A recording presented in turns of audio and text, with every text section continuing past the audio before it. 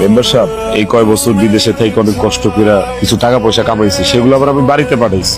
আমার ভাইজান আমার কষ্টের টাকা দিয়া নিজের নামে জমি কিনছে। শুধু তাই না, আব্বাই কিছু জমি বন্ধক রেখে গেছিল, সেই জমিগুলো সে ছাড়াইছে, কিন্তু আমার টাকা দিয়ে। ওই বন্ধক রাখছিলাম ওর লিগাই, হের লিগাই ছুটাইছি। বন্ধকের সব টাকা তো তুমি আমার পিছনে খরচ করো না, অর্ধেক টাকা তুমি তোমার ব্যবসার পিছনে খরচ করছো। আমি যে এই টাকা দিয়ে ব্যবসা দিছি, তোর কাছে কোনো প্রমাণ আছে? টাকার কারণে অপমান করলা, এমনি মিথ্যা কথা কইলা, তোমার তো বিশ্বাস করছি, সেই জন্য কোনো প্রমাণ রাখি নাই। প্রমাণ না থাকলে মায়া কান্না দিয়ে অন্তত জমি পাওয়া যায় না। আমার কাছে প্রমাণ আছে। 2 দিন হয় না বিয়ে হয়েছে, আপন মানুষ পর করে দিচ্ছে আমার শালা বাবু। এই দলিল তো সবাই মেয়ের নামে, এই জলিলদার বাড়িও তার। তাহলে শান্ত মেয়ে, তোমার বাবার যে পুরান বিড়াটা, তুমি ওই ঘরে থাকো।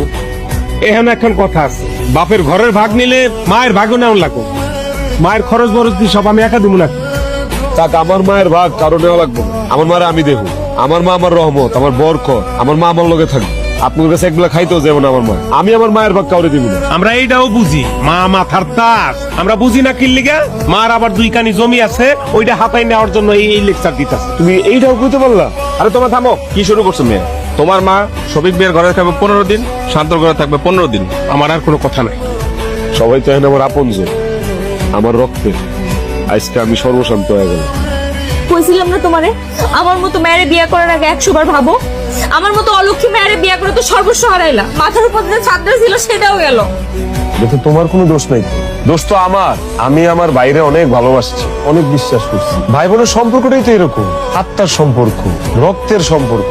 আমি না ভুলেই গেছিলাম যে রক্তের সম্পর্ক বেমানি করতে পারে। তারা আমার জন্য তোমার লগে এমন করছে, নাইলে করতো না। তারা আমার জন্য তোমার উপর রাগে আছে, নাইলে আজকে তোমার আপা দুলাভাই তোমার পক্ষেই থাকতো। তোমার দুলাভাই তো তার বন্ধু তোমার লগে বিয়া দিতে চাইছিল, তুমি করতে পারতা না? সে তো অবিবাহিত সুন্দরী মেয়ে ছিল। আমি কি দুলাভাইয়ের বোনকে ভালোবাসি? আমি তো তোমারে ভালোবাসি। দুলাভাইয়ের বোন সুন্দরী ন সুন্দরী এগুলো তো আমার কিছু যায় আসে না। আমি অনেক ভাগ্য জানো, আমি তোমারে ভালোবাসছিলাম। কিন্তু তুমি এখন কি করবা? কেমনে সংসারটা চালাইবা? আমরা নয় দুইজনে কষ্ট করবো, 2 বেলার জায়গায় 1 বেলা খামো। কিন্তু আম্মা যখন আমাদের লগে থাকবো, উনি তো মুরব্বী হইছে না, ওনার বয়স বাড়ছে, ওনারে তো খাবারের কষ্ট দেওয়া যাবে না। উনি থাকলে তখন কি করবা? চিন্তা করো না, হাতে এখনো কিছু জমানো টাকা পয়সা আছে, দেখে এটি দিয়ে কয়দিন চলা যায়। এর মাঝখানে একটা ব্যবসা বাণিজ্য, একটা ছোটখাটো কাম কাজ কিছু একটা বাইর করে ফেলাম। আর তাছাড়া এখনো তো আমার শরীরে বল আছে, এখনো তো তাকাত আছে না? কিছু একটা করুম, দরকার বলে কুলিগিরি করুম, দিন মজুরিগিরি করুম, অটো রিক্সা চালামো। আরে বিদেশে যায় কি করতাম? এই মাটি তো কুবাইতাম।